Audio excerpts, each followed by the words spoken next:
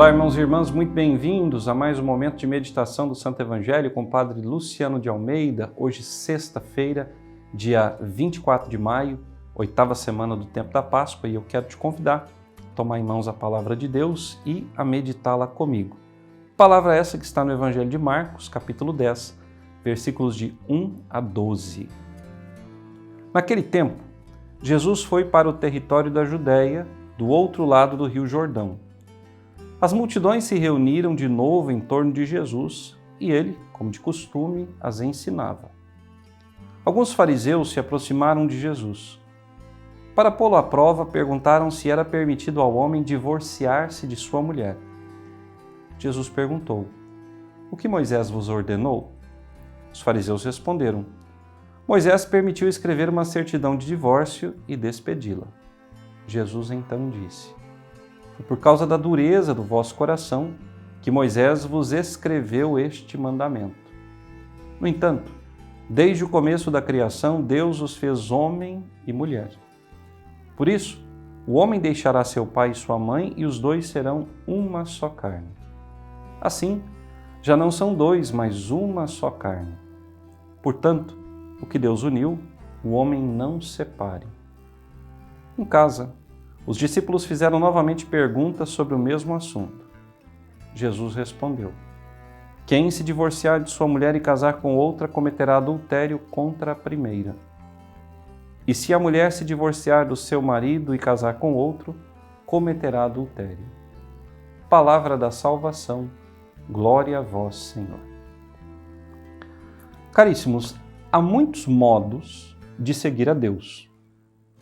Há muitas vocações que o Senhor suscitou no meio de nós para que nós dessemos a Ele o máximo de nós, a plenitude da nossa vida. Nós temos a vocação ao matrimônio, vocação da qual o próprio Evangelho de hoje nos faz uma belíssima exortação, nos fala da sua indissolubilidade, da felicidade que deve existir entre os esposos, da união íntima de corpo e alma que o matrimônio provoca na vida do casal. Há a vocação ao sacerdócio, a vocação de homens que deixam tudo, inclusive a possibilidade de constituírem uma família biológica, para abraçarem uma família muito maior e espiritual, que é a família paroquial, a família na igreja. E há também a vida consagrada, homens e mulheres que se dedicam inteiramente à oração e às obras de misericórdia, fazendo o rosto misericordioso de Deus conhecido e amado por todos. Vejam, nessas diferentes maneiras de servir e seguir a Deus, há o matrimônio, célula principal e primordial da sociedade, célula da família. O Senhor quis o matrimônio, inclusive, quando na celebração do sacramento do matrimônio o sacerdote dá a bênção nupcial, sobretudo a terceira forma, que é a maior, a mais bela, a mais completa, o sacerdote vai dizer que é a única bênção que não foi abolida, nem pela condenação do dilúvio, nem pelo castigo do pecado original. O matrimônio é santo. Foi querido, desejado por Deus. E quem vive santamente o matrimônio está unido em corpo e alma à pessoa com a qual estabeleceu esse vínculo. Portanto, essa pessoa que estabeleceu o vínculo do matrimônio, ela recebe de Deus, para a sua vivência em comum com a outra parte, graças que são específicas para essa condição, para esse estado de vida. Graças que vão lhe ajudar a superar toda e qualquer forma de divisão, toda e qualquer dificuldade que bata à porta. Porque uma coisa precisa sair da cabeça do nosso povo cristão.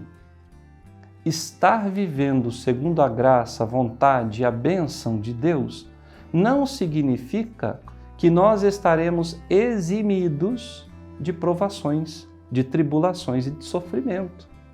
As pessoas acham que estar no segmento correto de Deus é como que uma blindagem para que nada de adverso aconteça.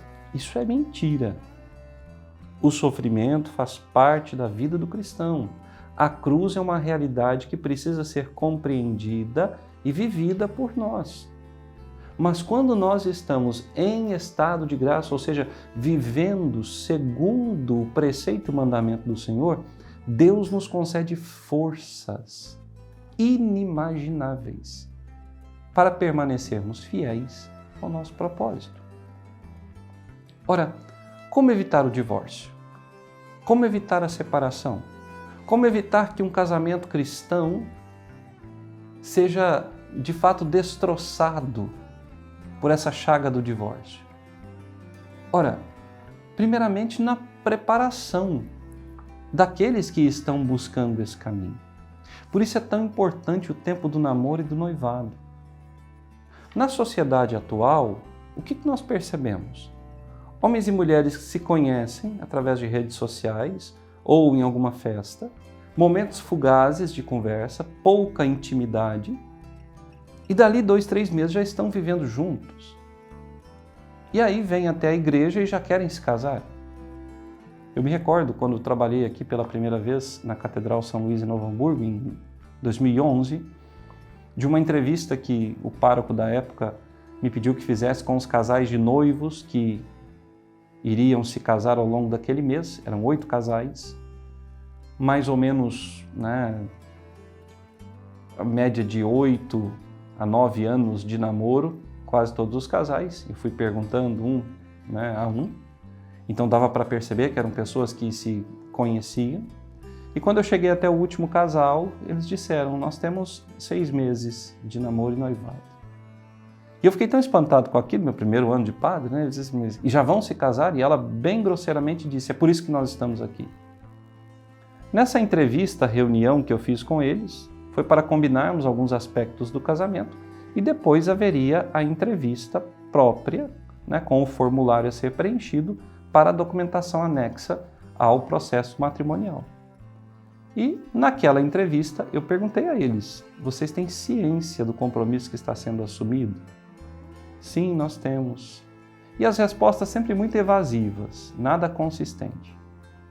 E eu firmei ali, nas observações que são próprias do sacerdote, o meu parecer sobre aquele casal. E eu disse: este casal não tem consciência do compromisso que vão assumir, não estão aptos ao matrimônio, não estão maduros o suficiente. Esta é a minha opinião. Isto foi o que eu entendi nas 2 conversas que tive com eles. 34 dias depois da celebração daquele casamento, que mais parecia um espetáculo da Broadway, eu estava na secretaria da paróquia e vem aquela mulher arrogante pedindo a documentação para fazer o processo de nulidade do matrimônio. E eu estava na secretaria e quando ela me viu, ela disse: terminou o casamento. E eu disse a ela: sim, eu sabia que não duraria. Vocês não se conheceram. Vocês não sabiam o que Deus desejava para ambos. Por isso não deu certo. Mas fique tranquila, seu processo vai ser muito ágil, porque eu já lhes fiz o favor de colocar na entrevista de matrimônio que vocês não estavam preparados e não tinham consciência daquilo que estavam assumindo. Então, caríssimos, para que o divórcio seja mitigado, nós precisamos fazer esse trabalho. Primeiro de namoro. Agora não um namoro que de hoje para amanhã já vai viver junto. Não, namoro. Namoro casto, namoro santo. Namoro onde as pessoas realmente vão conhecer os defeitos umas das outras. Depois o noivado, com uma preparação acurada, dada por um bom sacerdote ou por um casal realmente fiel à doutrina e à palavra, para que essas pessoas venham se conhecendo e trabalhando cada vez mais, a ponto de que no dia em que forem assumir o compromisso, tenham a certeza plena de que este é um caminho de santificação, porque essa é a realidade do sacramento do matrimônio. É um caminho de santificação. Há um grande sacerdote que está em processo de beatificação, o padre Henri Caffarel, um sacerdote francês, que fundou um movimento chamado Equipes de Nossa Senhora. Eu sou diretor espiritual de uma das equipes aqui da nossa diocese e acompanho também uma experiência comunitária, que é uma nova equipe que está tentando ser formada. E o padre Henri Caffarel, ele diz que tanto casais como sacerdotes vivem uma vocação de amor. Matrimônio, sacerdócio e também a vida consagrada são vocações de amor e para o amor. Aquele que se casa não se casa para ser feliz, mas para fazer o outro feliz. Aquele que é ordenado sacerdote não é ordenado sacerdote para ser feliz, mas para trabalhar pela felicidade plena e salvação das almas. Aquele que se consagra na vida religiosa se consagra para viver o amor em plenitude numa comunidade religiosa.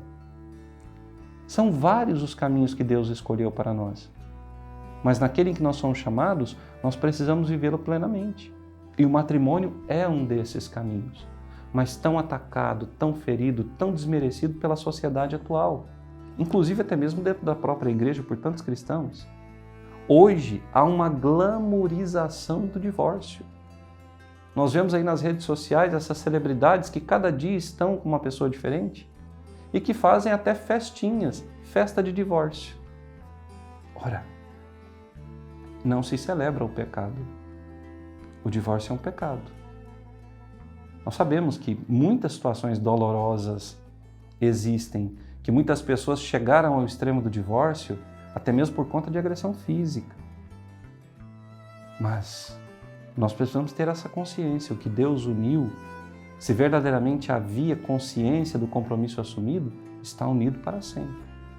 Mas há tantos casamentos que podem ser, passados pelo crivo de um processo de nulidade matrimonial e que a igreja pode decretar. Não houve aqui celebração de sacramento. Por quê? Porque as pessoas não estavam preparadas, não tinham ciências do compromisso a ser assumido. Então, se você vive essa situação, vá procurar o seu sacerdote, procure a sua paróquia, procure o tribunal eclesiástico, regularize essa situação, para que você não viva no pecado, mas para que a graça de Deus chegue até a sua vida plenamente. É isso que Deus deseja. E se o divórcio acontece não porque Deus nos abandona, porque o sacramento não foi válido apenas, mas acontece muitas vezes pela dureza dos corações que se uniram. Porque, como eu dizia, casaram-se para serem felizes e não para fazer o outro feliz. E aqui está a chave do sucesso de toda e qualquer vocação. Toda e qualquer vocação é para o outro, não para mim. É para fazer o outro feliz e não a mim. É para dar ao outro vida plena e não a mim. Que Deus te abençoe e até amanhã.